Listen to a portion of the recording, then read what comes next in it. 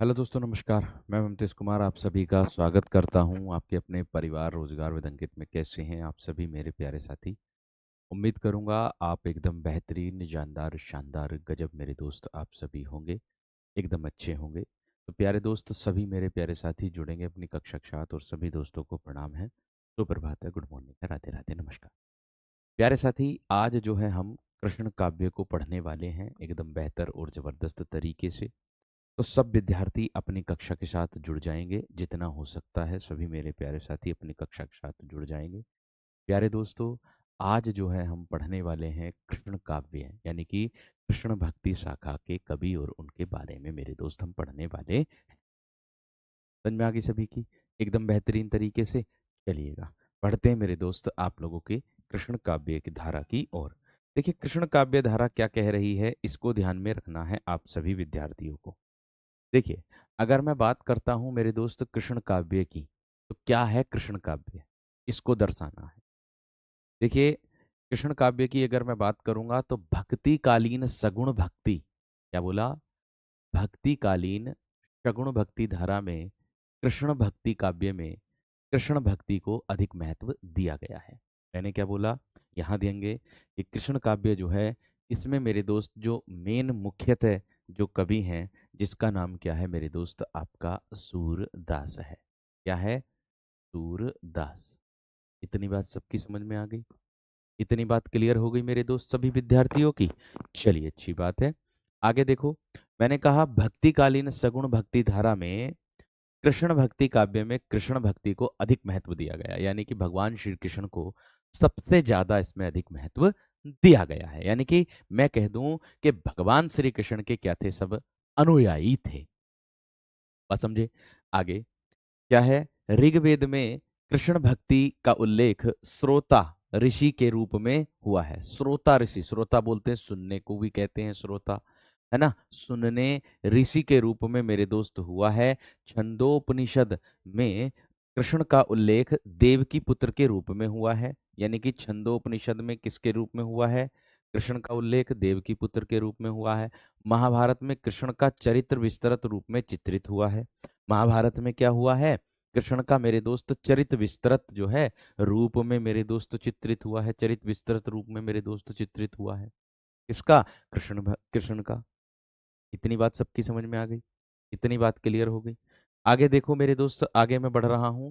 पुराणों में कृष्ण का जो रूप विकसित हुआ है, आगे देखिएगा, आगे क्या कह रहा है कि पुराणों में जो कृष्ण का रूप विकसित हुआ है मेरे दोस्त, पुराणों में जो कृष्ण का रूप विकसित हुआ है, उसके संदर्भ में पाश्चात्य विद्वानों ने कृष्ण की बाल लीलाओं को क्राइस्ट के, किसके मेरे दोस्त, क्राइस्ट, ये जो दिया, क्राइस्ट के बाल चरित्र का अनुकरण कहा है। यानी कि क्राइस्ट के जो बाल चरित्र का अनुकरण कहा है। श्री कृष्ण के पूर्वावतार पूर्णावतार के संदर्भ में पहली बार पुराणों में पहली बार पुराणों में भी कहा गया है कि भक्ति काल सगुण भक्ति काव्य धारा में, सगुण भक्ति काव्य धारा में कृष्ण के प्रमुख प्रवर्तक जो माने जाएंगे, वो कौन है मेरे दोस्त? सूरदास जी हैं। साथ ही कृष्ण भक्ति साहित्य प्रणयन विभिन्न कृष्णोपासक संप्रदायों में, कृष्णोपासक का अर्थ जानते हैं क्या होगा? कृष्णोपासक, कृष्ण की उपासना करने वाला या कृष्ण का उपासक, कृष्ण का उपासक। इसमें मेरे दोस्त समास भी पूछा जा सकता है।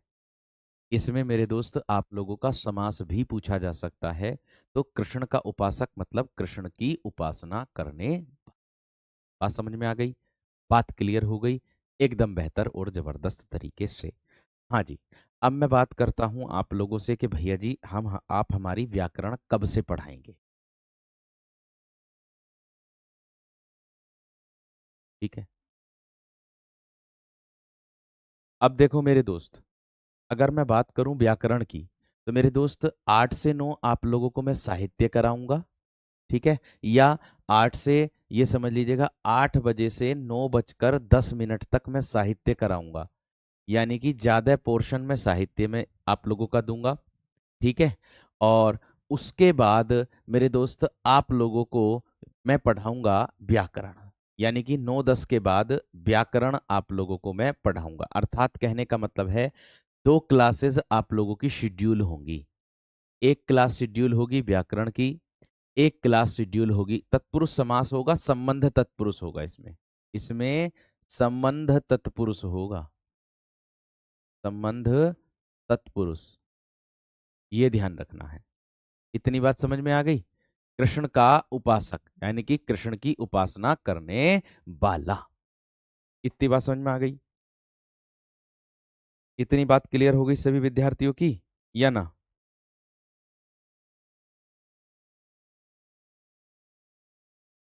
इतनी बात समझ में आ गई? क्लियर है? चलिए आगे देखो। ठीक है भाई, एकदम बेहतरीन। मैंने अब आप लोगों की मेरे दोस्त जो समय है वो सुबह वाला ही रखा है।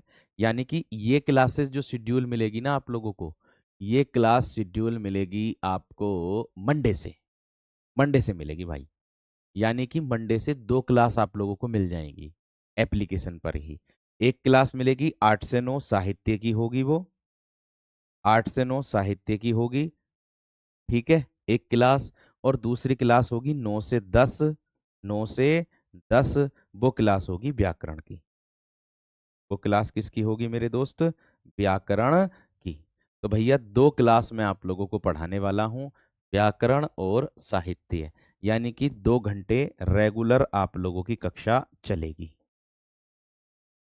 सैटरडे के दिन मैं लूंगा विराम, यानी कि सैटरडे के दिन मैं आप लोगों को कराऊंगा यूट्यूब पर। इतनी बात समझ में आ गई? अब ये कक्षा का समय निर्धारित हो चुका है आप लोगों का। सर क्लास लंबी हो जाएगी, थोड़ा बीच में गैप ले लीजिए। देखिए, क्लास अगर बीच में गैप लेता हूँ तो मेरी फिर 10 बजे से क्लास चलती सीटेट में, 11 बजे से क्लास मेरी शुरू होने जा रही है 8 तारीख से ही उत्तर प्रदेश पुलिस दरोगा में नई क्लास, नया बैच आया है प्रज्ञान। उसके बाद फिर मेरे दोस्तों अलग क्लासेस और भी हैं। ठीक है, तो ये चीज का ध्यान आपको रखना है, तो आपका सारा चीजें एकदम कवर होता चला जाएगा। ठीक है, वो मैं हाथ से पढ़ाऊंगा लिख करके, पूरी व्याकरण हाथ से लिख करके पढ़ाऊंगा, क्योंकि देखो साहित्य का पोर्शन ज्यादा है। तो साहित्य को मेरे दोस्त हाथ से लिख करके नहीं पढ़ा सकता, क्योंकि अगर मैं इसको हाथ से लिख करके पढ़ाऊंगा मेरे दोस्त तो समय बहुत ज्यादा लग जाएगा, ये बात का भी ध्यान रखना। ठीक है, आगे देखो।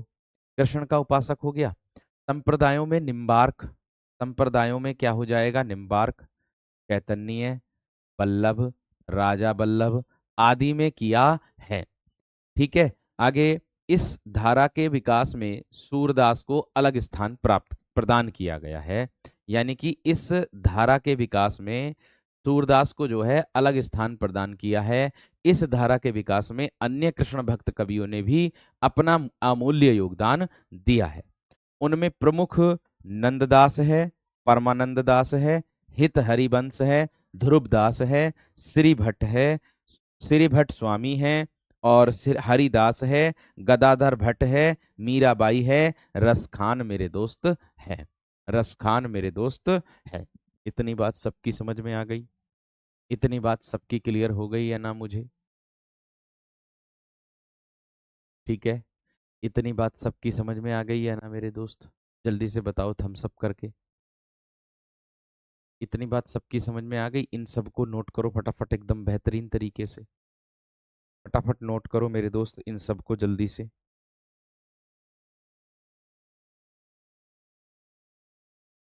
क्राइस्ट का जो हिंदी अनुवाद होता है वो मसीहा बोलते हैं मेरे दोस्त। ये जो है ना, ये इसका अर्थ होता है मसीहा।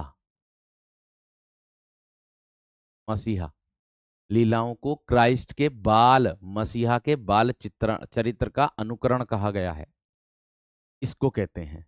कभी सोचो कि ये क्या है नई चीज। ठीक है,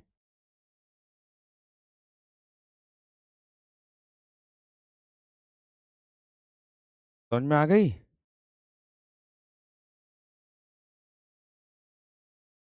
चलिए भाई, अच्छी बात है एकदम।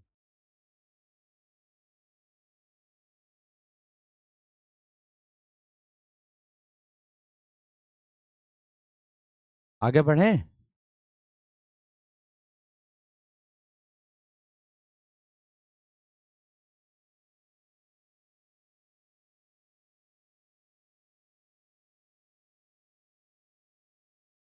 आगे बढ़े दोस्त। फटाफट थम्स अप कर दो यहाँ तक हो गया हो तो।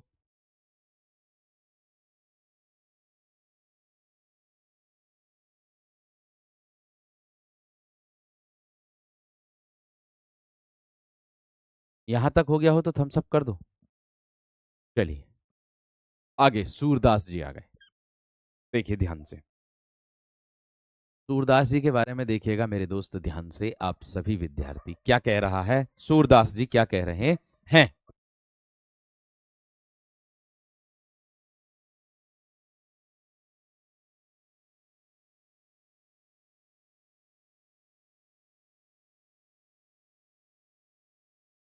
चलो देखो भाई, अगर मैं बात करूं आगे।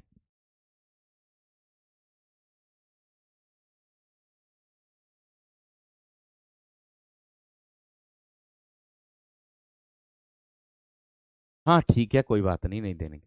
देखिए सूरदास कृष्ण भक्ति शाखा के प्रमुख कवि हैं भैया जी। एक प्रश्न तो यही बन सकता है कि सूरदास जी किस शाखा के कवि हैं। तो एक प्रश्न तो यही बन गया, सूरदास जी कृष्ण भक्ति शाखा के कवि हैं। सूरदास जी कृष्ण भक्ति शाखा के क्या हैं, कवि हैं। सूरदास जी के जीवन व्रत को लेकर के विद्वानों में काफी मतभेद है। यानी कि इनके जन्म दिन को लेकर के, इनके जन्म को लेकर के अनेक विद्वानों में काफी मतभेद है। सूरदास का जो जन्म माना जाता है वो 1478 ईस्वी मेरे दोस्त माना जाता है।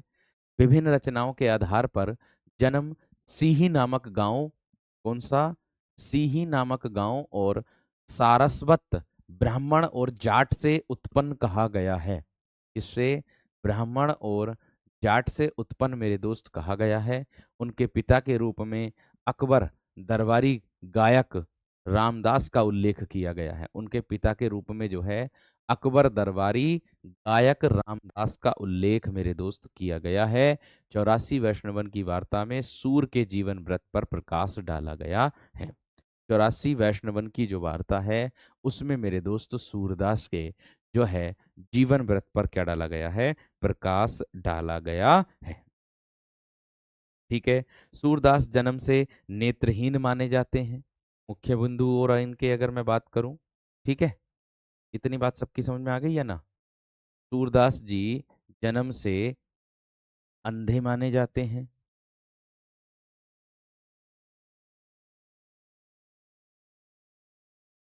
सूरदास जी जन्म से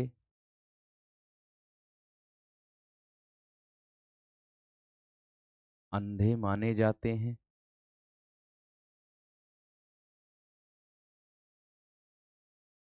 माने जाते हैं। ठीक है, इतनी बात क्लियर हो गई। कुछ लोग इनका जो जन्म है वो सीही मानते हैं, कुछ लोग इनका जन्म रुनकता नामक गांव में मानते हैं। कौन सा, रुनकता, रुनकता नामक गांव। कुछ लोग इनका जन्म मेरे दोस्त वहां मानते हैं, रुनकता नामक गांव में। वहां पर मेरे दोस्त इनका जन्म माना जाता है, कुछ लोग मानते हैं। ये भी आपको दिमाग में रखना है। ठीक है ना दोस्त, क्लियर हो गई। आगे बढ़ो। आगे क्या कह रहा, मुख्य बिंदु मेरे दोस्त इनका, है ना, दूसरों के हिसाब से सिंही गांव माना जाता जो फरीदाबाद हरियाणा में पड़ता है। ठीक है। जब ये जन्म से नेत्रहीन थे मेरे दोस्त, ध्यान देना मेरी बात पर, जब ये जन्म से क्या थे मेरे दोस्त, नेत्रहीन थे, तो अंधेरों का सूरज भी कहा गया है इनको। इन्हें अंधेरों का सूरज भी कहा गया है। इन्हें अंधेरों का सूरज भी कहा गया है। इन्हें क्या कहा गया है मेरे दोस्त, इन्हें अंधेरों का मेरे दोस्त सूरज भी कहा गया है। इतनी बात सब विद्यार्थियों की समझ में आ गई होगी एकदम बेहतर तरीके से। जल्दी से बताओ, इतनी बात सभी की समझ में आ गई है ना, क्यों भाई, आई है ना, क्लियर है। चलो आगे देखो।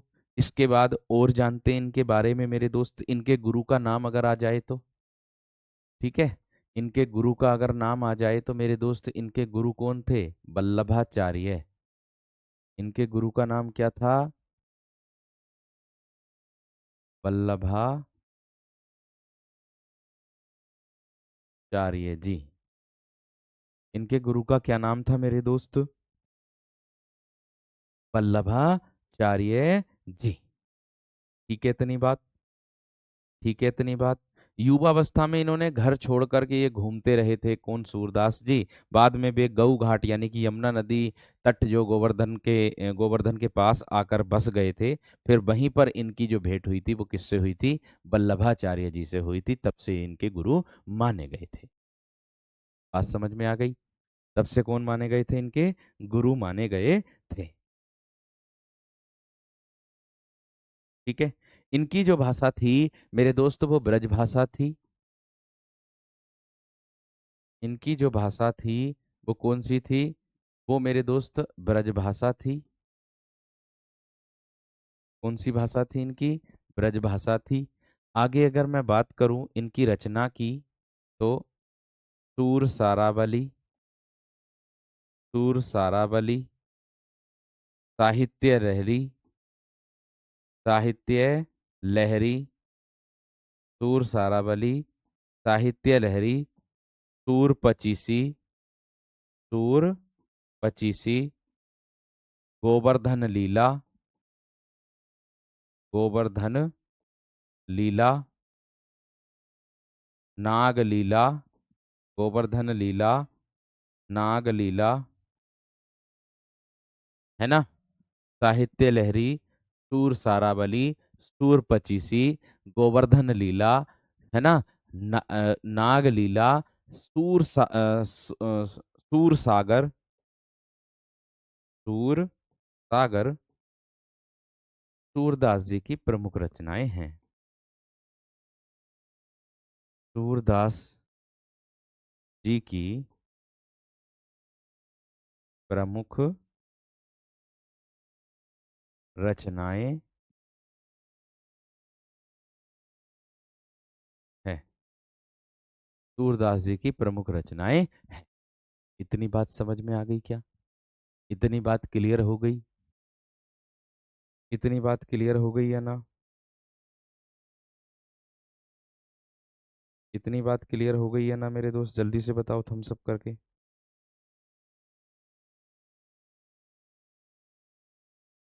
इनका जो निधन माना जाता है वो मेरे दोस्त 1583 ईस्वी में गऊ घाट में माना जाता है। इनका निधन।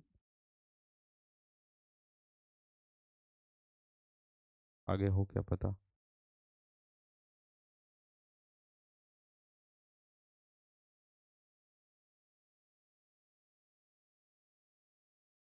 ठीक है। इनका जो निधन माना जाता है वो गऊ घाट 1583 ईस्वी लिख दो। निधन कब हुआ था? लगभग 1583 ईस्वी। गऊ घाट गोवर्धन मथुरा। गऊ घाट गोवर्धन मथुरा, वहां पर मेरे दोस्त इनका जन्म माना जाता है। ठीक है। अब इनसे संबंधित और जानकारी मेरे दोस्त क्या होगी आप लोगों के लिए? यहाँ ध्यान देना। दिया है सूरदास बड़े गायक थे। सूरदास कौन थे मेरे दोस्त? ये बड़े गायक थे। गायक थे मेरे दोस्त ये सूरदास जी। गऊ घाट पर निवास करते थे। कहाँ निवास करते थे वीरो? ये गऊ घाट पर निवास करते थे जो गोवर्धन मथुरा के पास है। आगे। ठीक है। आगे क्या कह रहा मेरे दोस्त? सूरदास जी ने मेरे दोस्त आपके जो है 25 ग्रंथ बताए जाते हैं सूरदास जी के, लेकिन तीन इसमें मुख्य हैं जो माने जाते हैं। एक तो सूरसागर, सारावली, और एक आता साहित्य लहरी। इनका प्रमुख माना जाता है। आगे देखो। और विनय पद गाते थे। महाप्रभु वल्लभाचार्य ने उन्हें पुष्टि मार्ग में दीक्षित किया यानी कि शिक्षा दी। महाप्रभु वल्लभाचार्य ने क्या किया? उन्हें जो है पुष्टि मार्ग में दीक्षित किया और कृष्ण लीला गाने की प्रेरणा दी। और क्या किया मेरे दोस्त? कृष्ण लीला गाने की मेरे दोस्त क्या दी? प्रेरणा दी। आगे क्या कह रहा? उन्होंने कृष्ण लीला के सहस्त्रावधि, यानी कि उन्होंने जो है कृष्ण लीला के सहस्त्रावधि, यानी कि सहस्त्र का मतलब होता हजार, अवधि पद लिखे, हजारों अवधि पद लिखे, यानी कि हजारों पद लिखे। सहस्त्र मतलब बोलते हैं जैसे सहस्त्राक्ष ना होता, सहस्त्राक्ष, जैसे उसको बोलते हैं कि जिसकी हजारों आंखें होती हैं उसको कहते हैं, ऐसे ही ये है। जिनकी प्रसिद्धि सुनकर देशाधिपति अकबर उनसे मिले, किनसे? सूरदास जी से। देशाधिपति अकबर जो है उनसे मिले। सूरदास जी अंधे थे, वे ईश्वर और गुरु में कोई अंतर नहीं मानते थे। वे ईश्वर में और मेरे दोस्त गुरु में कोई भी अंतर मेरे दोस्त नहीं मानते थे। इतनी बात समझ में आ गई? इतनी बात क्लियर हो गई? इतनी बात क्लियर हो गई है ना मेरे दोस्त? आगे देखो क्या कह रहा है। उनके देहावसान समय पर विट्ठलनाथ ने शोकार्त होकर कहा, यानी कि शोक स्पष्ट किया था। जब ये इनका देहावसान हो गया था, इनकी मृत्यु हो गई थी, तो मेरे दोस्त इन्होंने विट्ठलनाथ जी ने क्या किया था? विट्ठलनाथ कौन थे भैया? विट्ठलनाथ थे आपके वल्लभाचार्य के पुत्र। विट्ठलनाथ और मेरे दोस्त वल्लभाचार्य ने दोनों ने मिलकर के किसकी स्थापना की थी? अष्टछाप की स्थापना की थी, जिसमें 8 कवि मेरे दोस्त आते हैं आप लोगों के। बात समझ में आ गई? बात क्लियर हो गई? अच्छा मार्ग को कहते हैं, जो कल्याण मार्ग होता है उसको कहते हैं अंजलि। ठीक है, आगे। पुष्टि मार्ग को जहाज जात है, सो जाको कछु लेना होए सो ले। यानी कि इसका मतलब क्या होगा, इसका अर्थ क्या होगा? देखिए, पुष्टि मार्ग को जहाज जात है। देखो, पुष्टि मार्ग का जहाज किसको कहा जाता है? सूरदास जी को। एक तो ये प्रश्न भी है, उपनाम में आ जाएगा, कवियों के उपनाम में, कि पुष्टि मार्ग का जहाज किसको कहा जाता है मेरे दोस्त? बात समझ में आ गई क्या ना? पुष्टि मार्ग का जहाज किसको कहा जाता है? वो मेरे दोस्त सूरदास जी को कहा जाता है। सो जाको कछु लेना होए सो ले। इसका मतलब है कि वह जहाज यानी मार्ग या साधन सही है, जो पुष्टि मार्ग बोलते हैं, मजबूत सशक्त मार्ग, जो मजबूत मार्ग होता है, जो सशक्त मार्ग होता है, की ओर जाता है। जो मजबूत सशक्त मार्ग की ओर जाता है, जो कोई कुछ लेना चाहता है, यानी कि सफल होना चाहता है, उसे यही रास्ता पुष्टि मार्ग पकड़ना चाहिए। अगर आपको सफल होना है तो पुष्टि मार्ग पकड़ लेना चाहिए। पुष्टि मार्ग बोलते हैं सशक्त मार्ग, मजबूत मार्ग, उसको कहते हैं। एक बार थम्स अप कर दो, यहां तक समझ में आ गया हो तो। एक बार थम्स अप कर दो मेरे दोस्त, यहां तक समझ में आ गया हो तो जल्दी से फटाफट बताओ। एक बार थम्स अप कर दो जल्दी से मेरे दोस्त, यहां तक समझ में आ गया हो तो।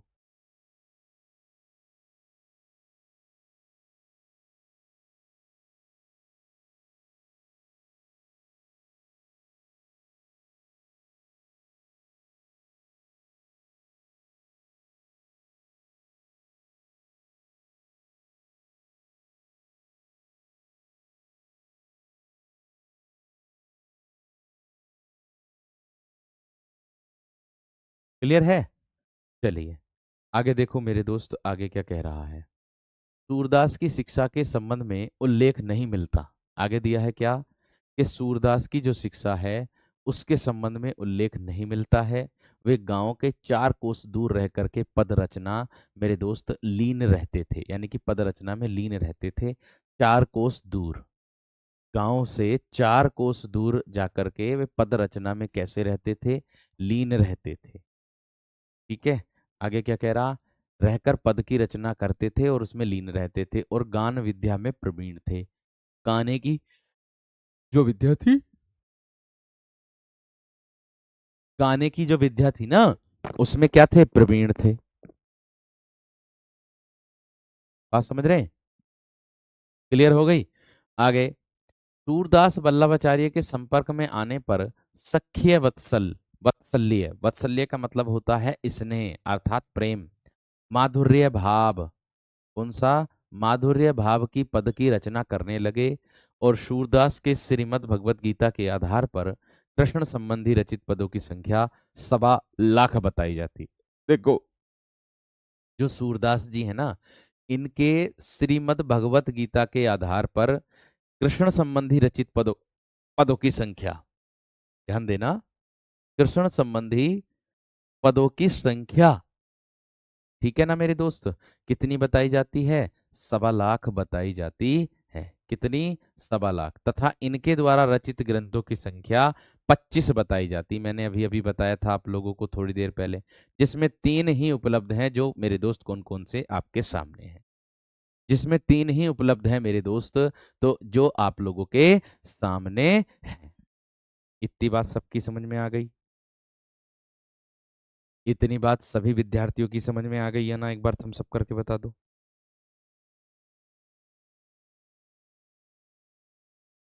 इतनी बात सभी मेरे प्यारे साथियों की समझ में आ गई है ना? जल्दी से बता दो बस थम्स अप करके।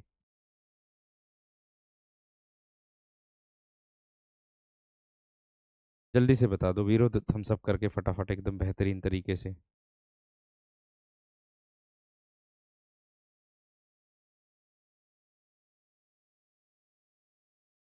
सबकी क्लियर हो गई है ना? क्यों भाई? हम्म? सब विद्यार्थियों की क्लियर हो गई? चलिए, अब देखो, मैंने एक बात और बताई थी आप लोगों को, सभी विद्यार्थियों को, कि इन्होंने जो है किसकी स्थापना की थी मेरे दोस्त? अष्टछाप की स्थापना इन्होंने की थी। ठीक है, अब अष्टछाप क्या है, ठीक उसको देख लीजिएगा।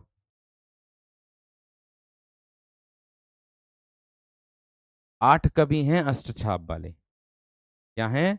8 कवि हैं मेरे दोस्त अष्टछाप वाले जो कवि हैं। ठीक। और इसकी जो स्थापना हुई थी वो 1500, सॉरी, इसकी जो स्थापना हुई थी, जिसमें 4 कवि किसके थे मेरे दोस्त? वल्लभाचार्य के। 4 कवि थे मेरे दोस्त किसके? विट्ठलनाथ के। ठीक है, दोनों ने मिलकर के अष्टछाप की स्थापना की थी। ये आगे चल करके जब मैं वल्लभाचार्य कराऊंगा ना, तब मैं आपको बताऊंगा कि अष्टछाप क्या होता है। पहले तो ये बता दूं, इतनी बात समझ में आ गई क्या? अष्टछाप भी मैंने कर रखा है, बताऊंगा। अष्टछाप से संबंधित जितने भी प्रश्न बन सकते हैं वो बताऊंगा आप लोगों को, परेशान ना हो। आज पूरा नहीं होने का भाई, ये मुझे ऐसा लगता है। कोई बात नहीं, लेकिन जितना होगा करेंगे तो है ही, क्योंकि अभी बहुत सारे कवि हैं इसके अंदर। सूरदास की रचनाओं का सर्वप्रथम संपादन कलकत्ता में 1841 में राग कल्प द्रुम नाम से हुआ था। देखो ये कितना बेहतरीन प्रश्न आया है। क्या है? कि सूरदास की जो रचनाओं का सर्वप्रथम संपादन है, सूरदास की रचनाओं का सर्वप्रथम संपादन कलकत्ता में सन 1841 में, सन 1841 में, ठीक है, और राग कल्प द्रुम नाम से हुआ है। किसके नाम से हुआ है? राग कल्प द्रुम के नाम से मेरे दोस्त ये हुआ है। इतनी बात सबकी समझ में आ गई? इतनी बात सभी की क्लियर हो गई? इतनी बात सभी की क्लियर हो गई? सूरदास कृत सूरसागर उपजीव्य भागवत महापुराण का 10वां स्कंद है। देखिए, ये भागवत महापुराण का कौन सा है मेरे दोस्त? सूरसागर 10वां स्कंद है मेरे दोस्त, नई जानकारी है ये। ठीक है, तथा सूरसागर में 4936 पद हैं। देखो कितने पद आपसे पूछ सकता। सूरसागर में 4936 पद हैं और 12 स्कंद हैं। 12 स्कंद हैं। बात समझ में आ गई? स्कंद का अर्थ एक तो हिंदी में जो होता है, ठीक है, नहीं हुलसी तो उसकी थी। मैंने कहा कि आप लोगों को मैं इतना बता दूं कि आपको दिमाग में इतना रखना है मेरे दोस्त। देखो, स्कंद एक तो कंधे को भी कहते हैं, ठीक है, स्कंद किसको कहते हैं? कंधे को भी कहते हैं। स्कंद एक सेना का व्यू भी होता, समूह भी होता, मार्ग रास्ता भी होता है, ग्रंथ आदि का एक अध्याय भी होता है। स्कंद का जो अर्थ होता है वो मेरे दोस्त ग्रंथ आदि का एक अध्याय भी मेरे दोस्त आपका होता है। स्कंद का अर्थ, स्कंद कंधा होता है, ग्रंथ का आदि का एक अध्याय, मैं लिख देता हूं, ग्रंथ आदि का अध्याय।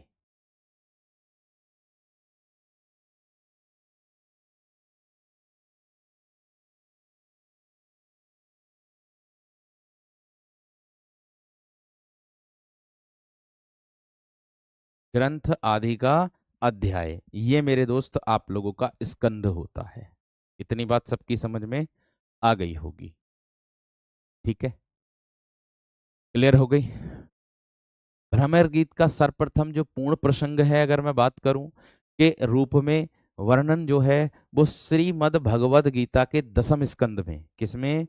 श्रीमद् भगवद गीता के दसम स्कंद में के 47वें अध्याय के 12वें 12वें से 21 श्लोक में मिलता है। किसमें?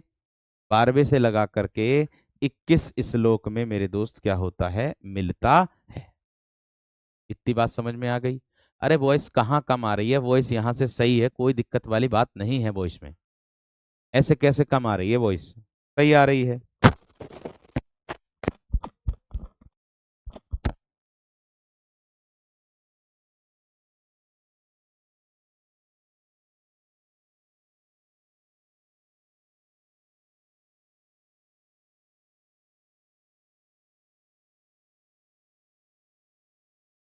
ठीक है, टेंशन लेने की जरूरत नहीं है, वॉइस एकदम क्लियर आ रही है यहाँ से, कोई समस्या नहीं है।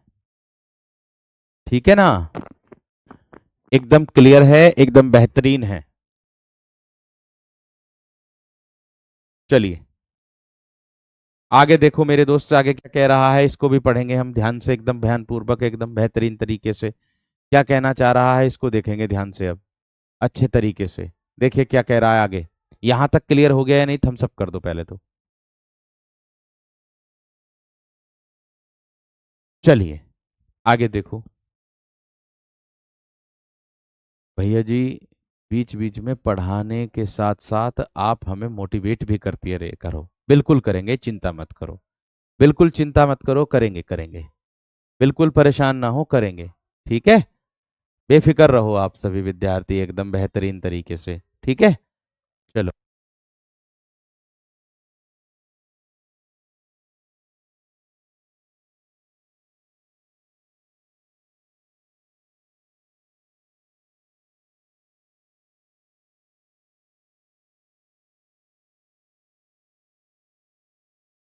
क्लियर है?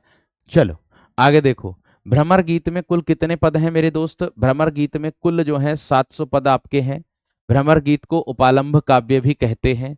भ्रमर गीत को हम क्या कहते हैं? उपालंभ काव्य भी मेरे दोस्त हम कहते हैं। ठीक है, आगे आचार्य रामचंद्र शुक्ल ने इसे ध्वनि काव्य कहा। देखो कितना बेहतरीन प्रश्न है। आचार्य रामचंद्र शुक्ल ने भ्रमर गीत को क्या कहा? तो ध्वनि काव्य कहा। नया प्रश्न बना कि नहीं बना? मैंने कहा कि भ्रमर गीत को रामचंद्र शुक्ल ने क्या कहा? तो ध्वनि काव्य कहा है। सूर सारावली में कितने छंद हैं? 1107। सूर सारावली में कितने छंद हैं? 1107 हैं। इसकी रचना संसार को होली का रूपक मान करके की गई है। यानी कि इसकी जो रचना है संसार को क्या मानकर की गई है? होली, होली का रूपक, होली का क्या? होली का रूपक मान करके की गई है। देखो सूर सारावली की जो रचना है 1107 छंद हैं। इसकी जो रचना की गई है वो संसार को होली का रूपक मान करके की गई है। इतनी बात सभी की समझ में आ गई होगी। इतनी बात सभी विद्यार्थियों की क्लियर भी हो गई होगी। इतनी बात सभी मेरे प्यारे साथियों की क्लियर हो गई या ना? जल्दी से बताओ, फटाफट थम्स अप करके। क्लियर हो गई सबकी?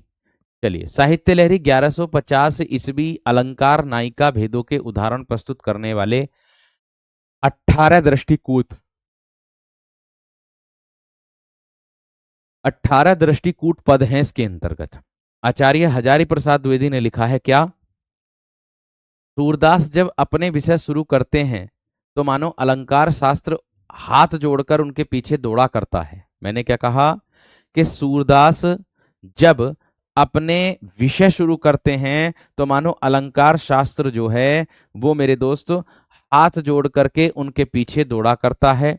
हाथ जोड़ करके क्या करता है? उनके पीछे दौड़ा करता है। उपमाओं की बाढ़ आ जाती है। उपमाओं की क्या आ जाती है मेरे दोस्त? बाढ़ आ जाती है। आगे रूपकों की वर्षा होने लगती है। संगीत के प्रभाव में कवि स्वयं बह जाता है। संगीत के प्रभाव में क्या होता है मेरे दोस्त? कवि जो है वो स्वयं मेरे दोस्त बह जाता है। इतनी बात सबकी समझ में आ गई होगी या ना? फटाफट बताइए। इतनी बात सभी की क्लियर हो गई है ना मेरे दोस्त? जल्दी से बताओ।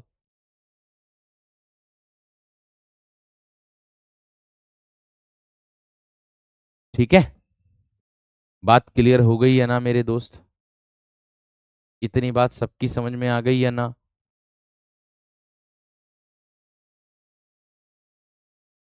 इतनी बात सबकी क्लियर हो गई है ना मेरे दोस्त? जल्दी से थम्स अप करके बताओ फटाफट एकदम।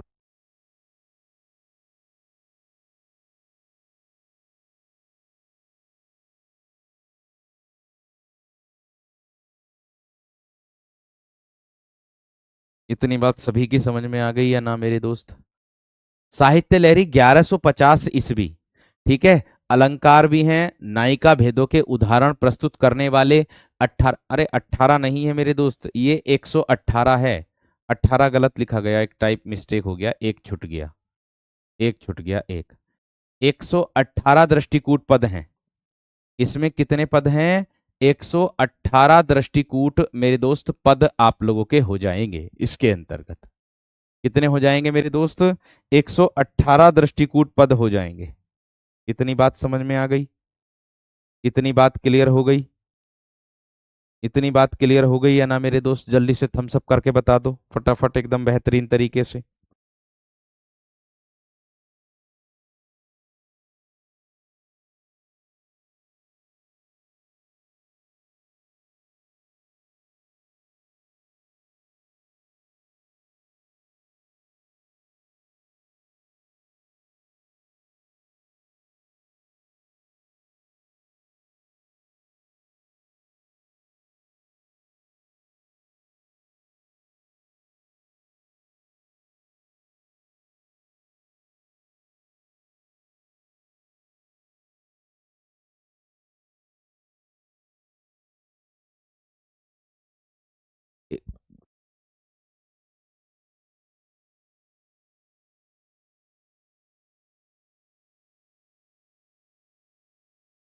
118 दृष्टिकूट पद मेरे दोस्त हैं।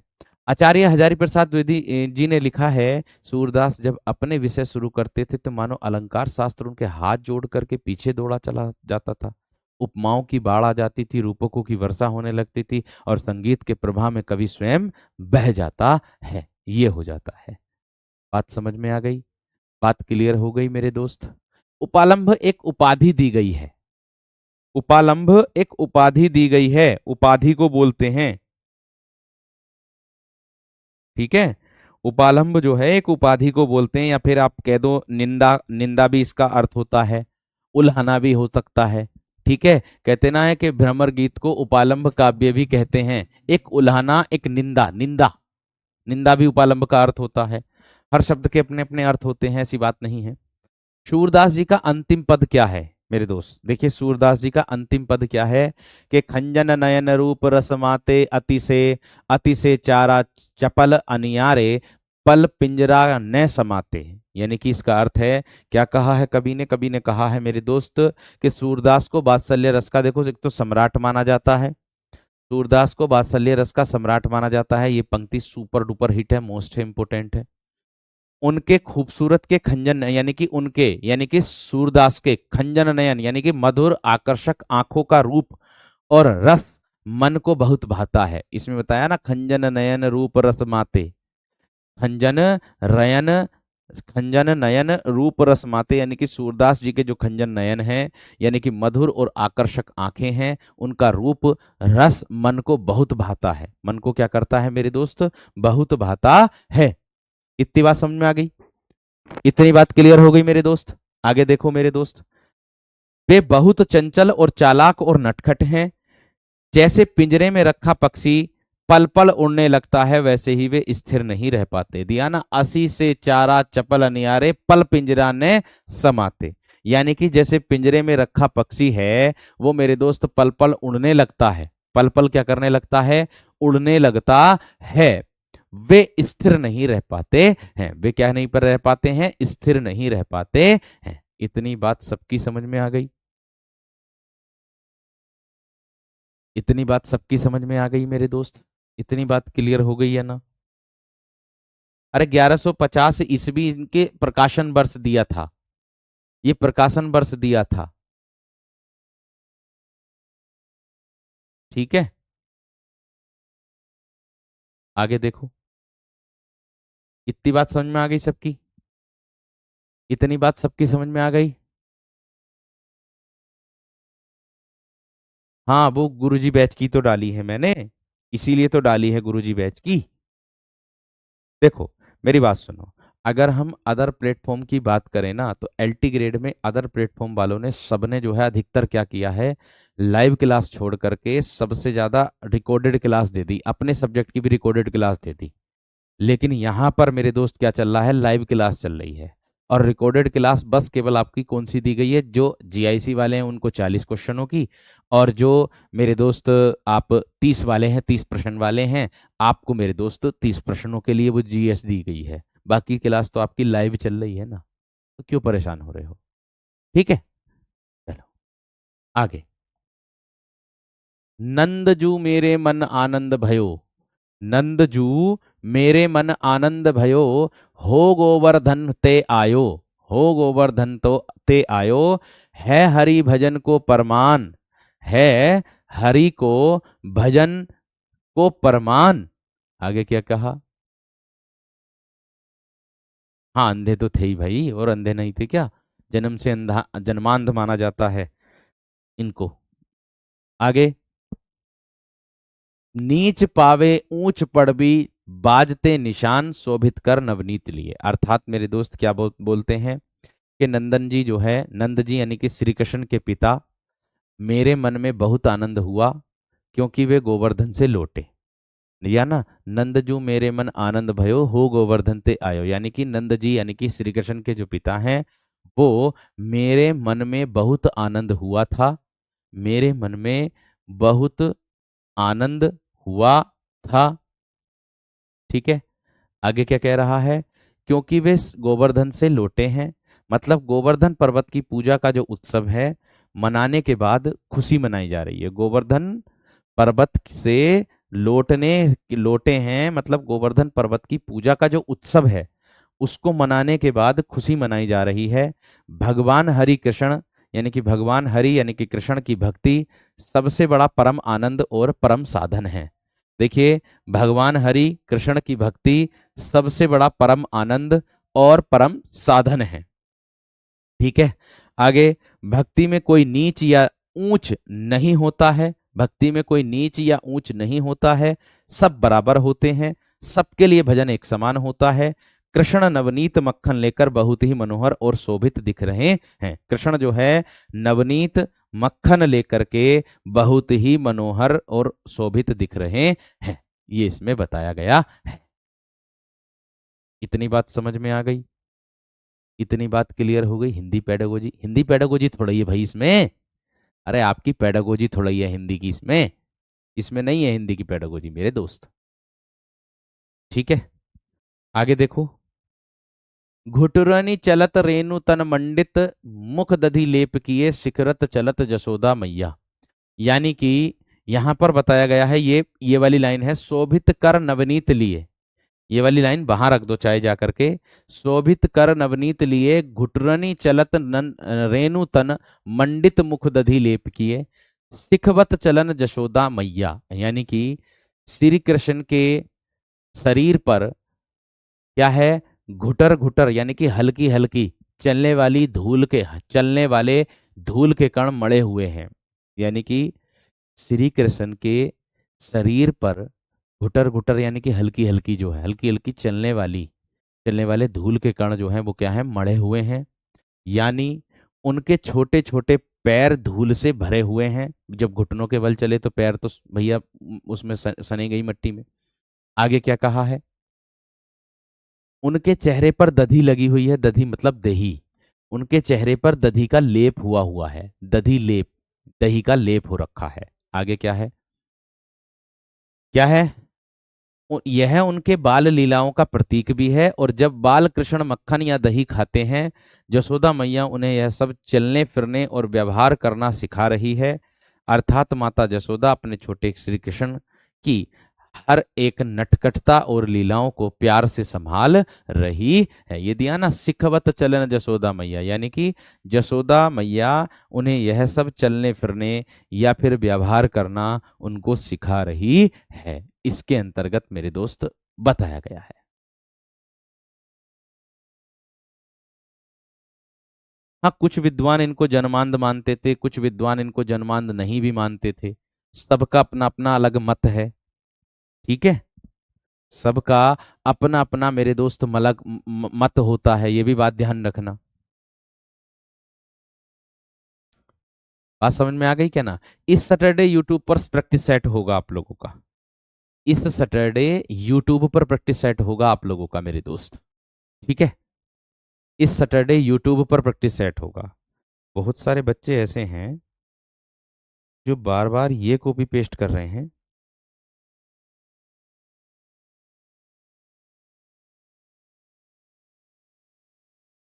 बहुत सारे बच्चे ऐसे हैं जो बार बार ये कॉपी पेस्ट कर रहे हैं कि सर जी आवाज नहीं आ रही, मैं इन्हें आवाज सुनाई दूं। आवाज, हाँ, गलत तो माना ही गया था। अब देखो, मैं तुमको आवाज सुनवा देता हूँ कि मेरी आवाज कैसी आ रही। आप सभी को पता चलेगा फिर आवाज कैसी आ रही। देखो,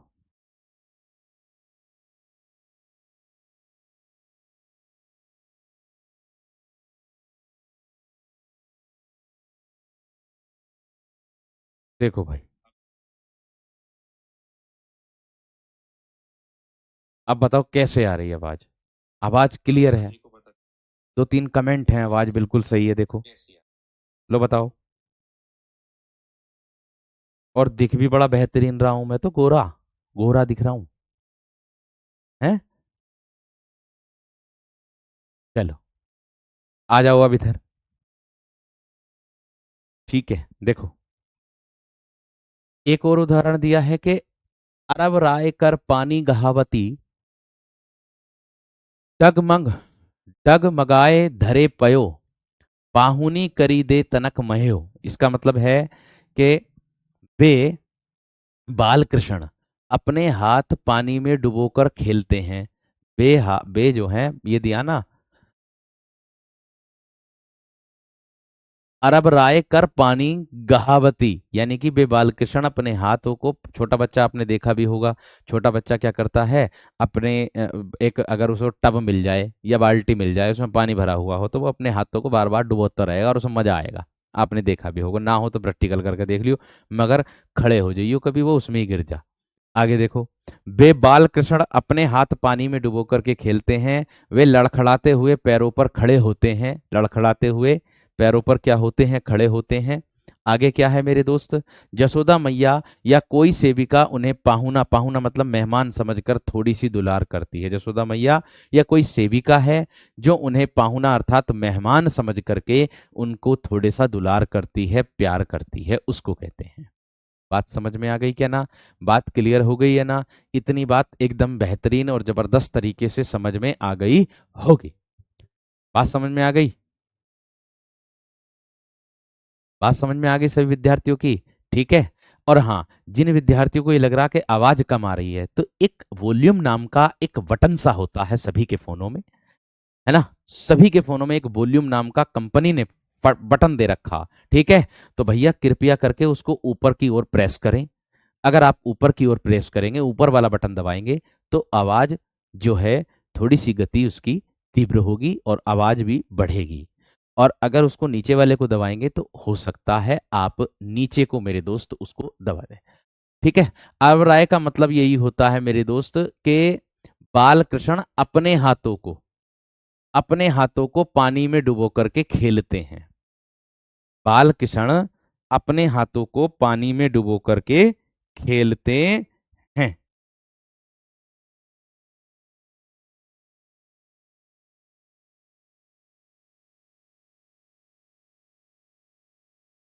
ठीक है।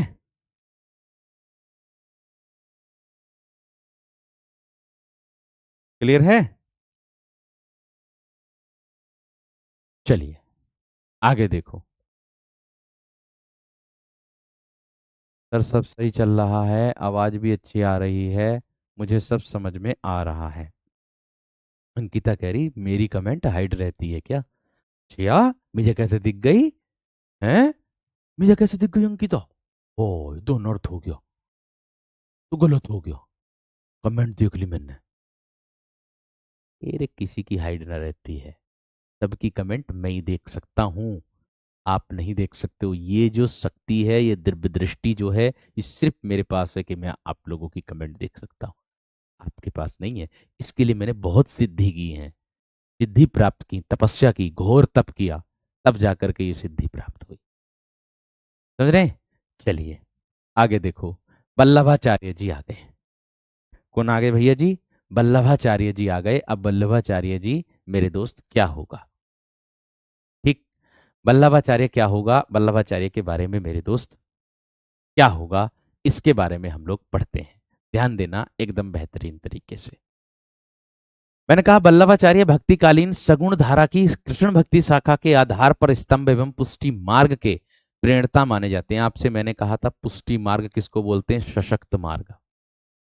पुष्टि मार्ग किसको बोलते हैं मेरे दोस्त? सशक्त मार्ग बोलते हैं। इनका जो जन्म है वो 1478 ईस्वी वैशाख कृष्ण एकादशी को दक्षिण भारत के कांकरवाड़ गांव, कांकरवाड़ ग्राम में तैलांग ब्राह्मण के यहाँ हुआ था, ये माना जाता है मेरे दोस्त इनका जन्म।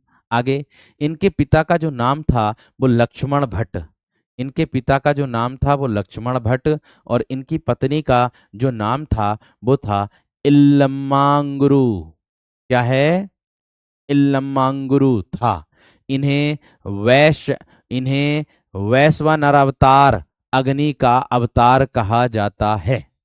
ये वेद शास्त्र में पारंगत थे। वैश्वानर का मतलब होता है मेरे दोस्त आपका अग्नि का पर्यायवाची होता है। किसका पर्यायवाची होता है मेरे दोस्त? अग्नि का पर्यायवाची होता है। और ये बात का विशेष तरीके से ध्यान में रखना है, ठीक है? ये बात का मेरे दोस्त विशेष तरीके से ध्यान में रखना है। और ये वेद शास्त्र में पारंगत थे। श्री रुद्र संप्रदाय के, किसके?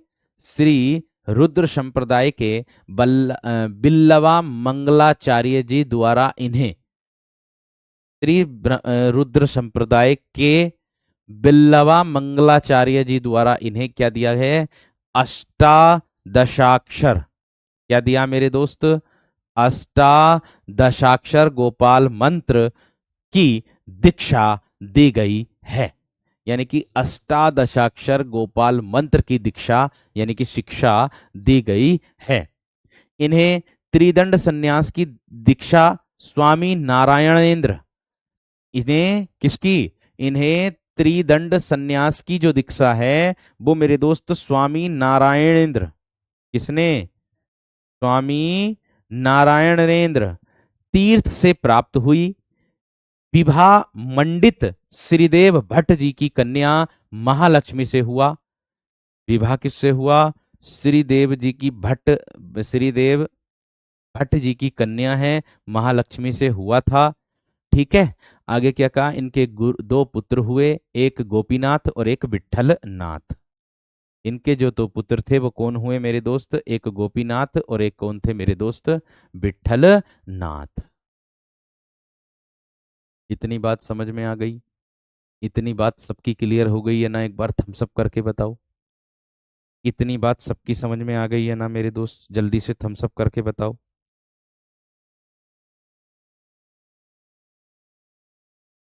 इतनी बात सबकी समझ में आ गई है ना? मुझे थम्स अप करके बताओ मेरे दोस्त जल्दी से।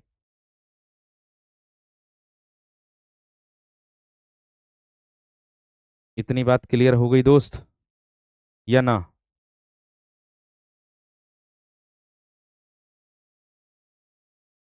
बताएंगे थम्स अप करके दोस्त? जल्दी से बताओ। यहां तक क्लियर? चलो आगे बढ़ेंगे।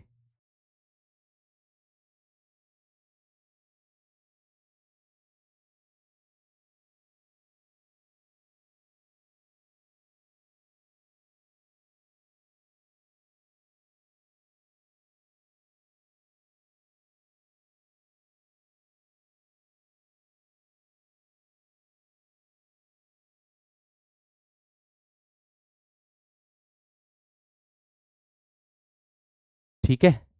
इनके पिता का नाम क्या था? लक्ष्मी भट्ट।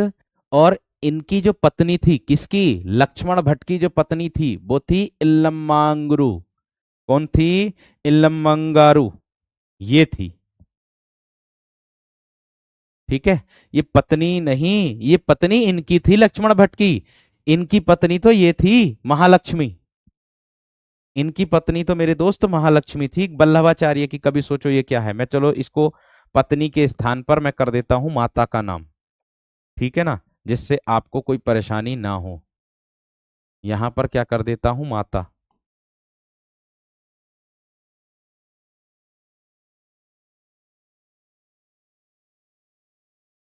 इसको भी दोबारा से लिख देता हूं, माता का नाम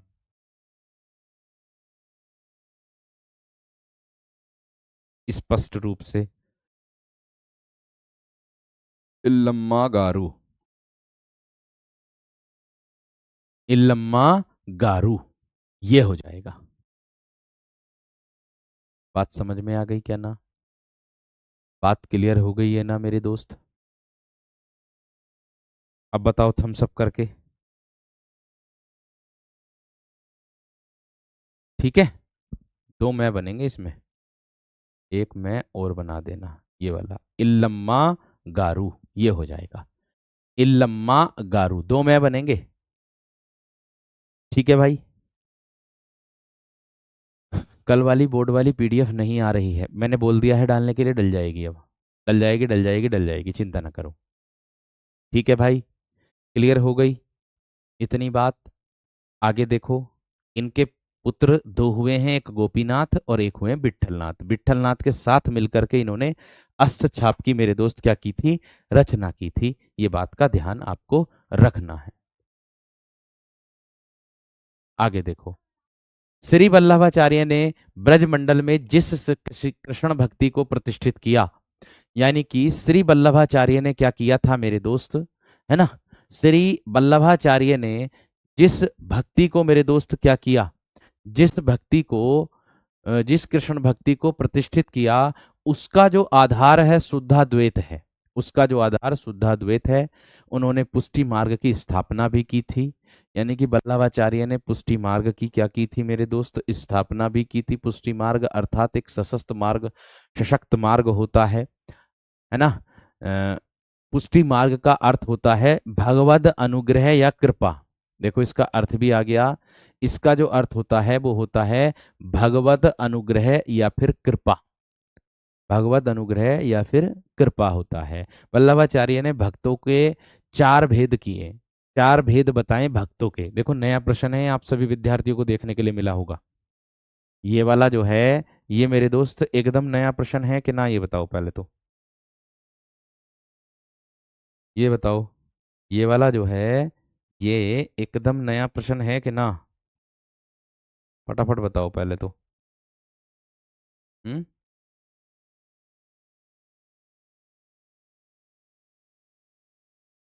ठीक है ना?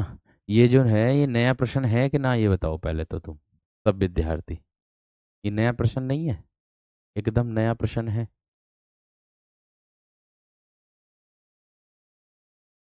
एकदम मेरे दोस्त कैसा प्रश्न है? नया प्रश्न है कि वल्लभाचार्य ने भक्तों के चार भेद किए हैं।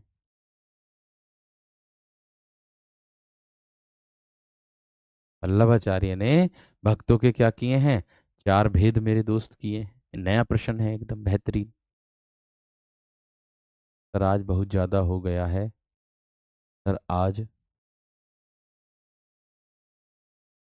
बहुत ज्यादा हो गया है। सर आज कम करा दो। ज्यादा देखूं कितनी स्लाइड हो गई? हो हाँ, हो तो गई ज्यादा स्लाइड। हो तो गई बहुत स्लाइड। चलो कोई नहीं, इसको कर लो बस केवल। वल्लभाचार्य वल्लभाचार्य कर लो।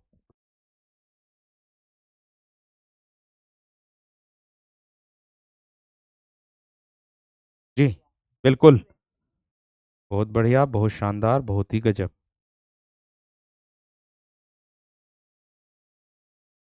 भैया शुद्ध द्वैत का मतलब होता है जो शुद्ध और अद्वैत दोनों से मिलकर बना होता है, उसको कहते हैं शुद्धाद्वैत। ठीक है। देखो, एक क्या है मेरे दोस्त, आप लोगों के सामने यहाँ पर ध्यान देना सब विद्यार्थी। क्या है? प्रभा पुष्ट, प्रभा पुष्ट। और क्या है? पुष्ट, पुष्टि पुष्ट भक्त। चार भक्तों के आधार पर बांटा, मर्यादा पुष्ट भक्त और शुद्ध पुष्ट भक्त। और क्या बांटा है मेरे दोस्त? शुद्ध पुष्ट भक्त। इतनी बात सबकी समझ में आ गई? इतनी बात क्लियर हो गई मेरे दोस्त? आगे देखो उसके बाद क्या कह रहा है। वल्लभाचार्य ने निम्नांकित ग्रंथों की रचना की। कौन कौन से ग्रंथों की रचना की इन्होंने? पूर्व मीमांसा भाष्य, उत्तर मीमांसा या फिर ब्रह्मसूत्र भाष्य, श्रीमद् भागवत गीता का सूक्ष्म टीका। आप कहोगे टीका का अर्थ क्या होता है? सूक्ष्म मतलब छोटा और टीका मतलब व्याख्या, छोटी व्याख्या। ठीक है। सुबोधनी टीका और तत्वदेव निबंध, ये मेरे दोस्त किसने? वल्लभाचार्य ने जो है ग्रंथों की रचना इन्होंने की है। बात समझ में आ गई? बात क्लियर हो गई मेरे दोस्त? ग्रामर शुरू करूंगा अगले हफ्ते, अगले हफ्ते मंडे से ग्रामर शुरू होगी मेरे दोस्त आपकी। मंडे से शुरू होगी, मंडे से आप लोगों की ग्रामर शुरू हो जाएगी, ध्यान रखना। मंडे से क्या होगा? आपकी ग्रामर भी शुरू होगी। 8 से 9 साहित्य मिलेगा आपको, 8 से 9 साहित्य मिलेगा आप लोगों को, और 9 से 10 मिलेगा मेरे दोस्त ग्रामर। दोनों चीजें साथों लेकर के चलेंगे अब हम आगे, जिससे हमारा सिलेबस भी जल्दी हो जाएगा। ठीक है भैया? एक दिन में 2 घंटे हम पढ़ेंगे, बस काफी है एक दिन में 2 घंटे। बाकी आप रिवीजन करना, आवश्यकता पड़ेगी तो एक्स्ट्रा क्लास और ले लेंगे। ठीक है ना? इतनी बात।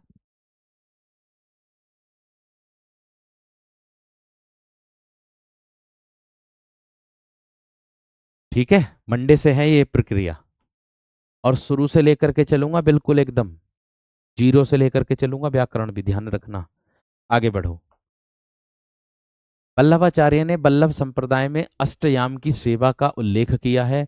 अष्टयाम कौन कौन से हैं देखो? मंगलाचरण है, ग्वाल है, उत्थापन है, संध्या आरती है, श्रृंगार है, राजयोग है, भोग है और शयन है ना? इनका मेरे दोस्त क्या किया है इन्होंने? इनका मेरे दोस्त आप लोगों का पूर्ण किया है इनको। अणुभाष्य जो है वो अधूरा ग्रंथ है किनका? वल्लभाचार्य का। अणुभाष्य जो है वो वल्लभाचार्य का अधूरा ग्रंथ है।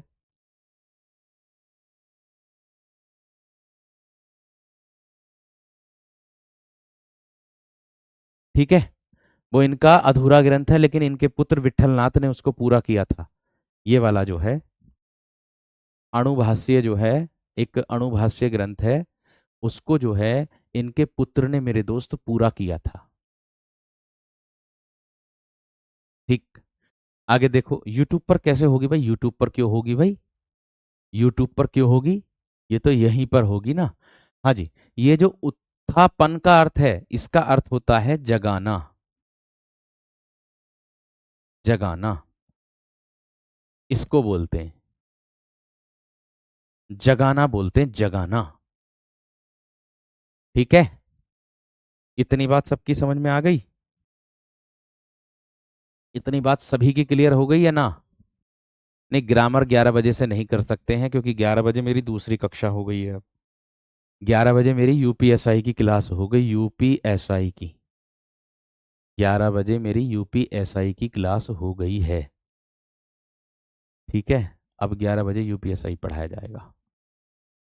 ठीक, क्लियर? आगे देखो। इसके बाद अगर मैं बात करूं मेरे दोस्त, मैं यहाँ बस आज इतना ही पढ़ेंगे वैसे तो। अष्टछाप तक पढ़ लेते हैं। अष्टछाप के कवि हैं बहुत सारे, उनके बारे में पढ़ लेते हैं। ठीक है ना? अभी ये पूरा हुआ नहीं है मेरे ख्याल से।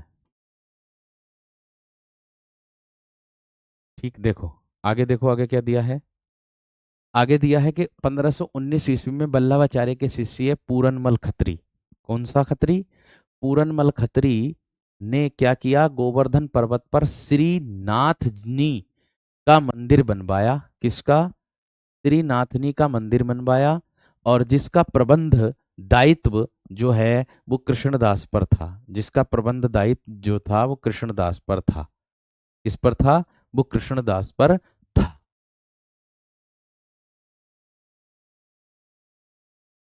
ठीक है, आगे। गोस्वामी विठलनाथ 1565 ईस्वी में 4 वल्लभाचार्य और 4 अपने शिष्यों को मिलाकर के अष्टछाप की स्थापना की थी। यानी कि कब की थी? 1565 ईस्वी में इन्होंने 4 तो मेरे दोस्त वल्लभाचार्य के शिष्य थे और 4 अपने शिष्य किसने? मेरे दोस्त मिला करके, है ना। 4 तो विठलनाथ के थे और 4 वल्लभाचार्य के मिला करके मेरे दोस्त स्थापना की थी। और इसमें दिया है कि वल्लभाचार्य के कुल 84 तथा विठलनाथ के कुल 252 शिष्य थे। बेहतरीन प्रश्न है। मैंने क्या कहा कि वल्लभाचार्य के जो मेरे दोस्त शिष्य थे वो थे मेरे दोस्त 84 और विठलनाथ के जो शिष्य थे वो थे 252। 252। और ये अष्टछाप के जो कवि हैं मेरे दोस्त वो ये रहे आप लोगों के सामने। देखो मैंने इनका जन्म स्थान भी लिखा है जिससे आपको पता चल जाए क्या इसकी बहुत महत्वपूर्ण बातें हैं और कौन सा वल्लभाचार्य का कौन सा विठलनाथ के शिष्य हैं वो भी मैंने आप लोगों के सामने लिखा है। 1565 में इसकी स्थापना हुई। देखो कुंभन दास 1468 से 1583 जो विद्वानों ने माना है वही लिखा है मैंने। वल्लभाचार्य के शिष्य थे ये। जन्म स्थान है जुमनावतो। ठीक है। सूरदास 1478 से 1583 वल्लभाचार्य सिही में माना है। कुछ रुनकता भी मानते हैं। परमानंद दास 1493 मृत्यु इनकी दी नहीं थी। ठीक है। वल्लभाचार्य कन्नौज में। कृष्णदास 1496 से 1578 वल्लभाचार्य चिलोतरा गुजरात में। गोविंद स्वामी 1505 से 1585 विठलनाथ के हैं ये और आंतरी राजस्थान। शीत स्वामी 1515 से 1585 विठलनाथ मथुरा उत्तर प्रदेश। चतुर्बुद्ध दास 1530 1585 विठलनाथ जमुनावती। नंददास 1533 1583 विठलनाथ रामपुर। तो ये थे मेरे दोस्त अष्टछाप के कवि। ठीक है। इसमें भी आप लोगों को नई चीजें देखने के लिए मिली होंगी आज। पूरा प्रयास मेरा यही है कि आपको नई से नई चीजें इसमें मिलती रहें जिससे आपको बहुत अच्छे से तैयारी होती रहे।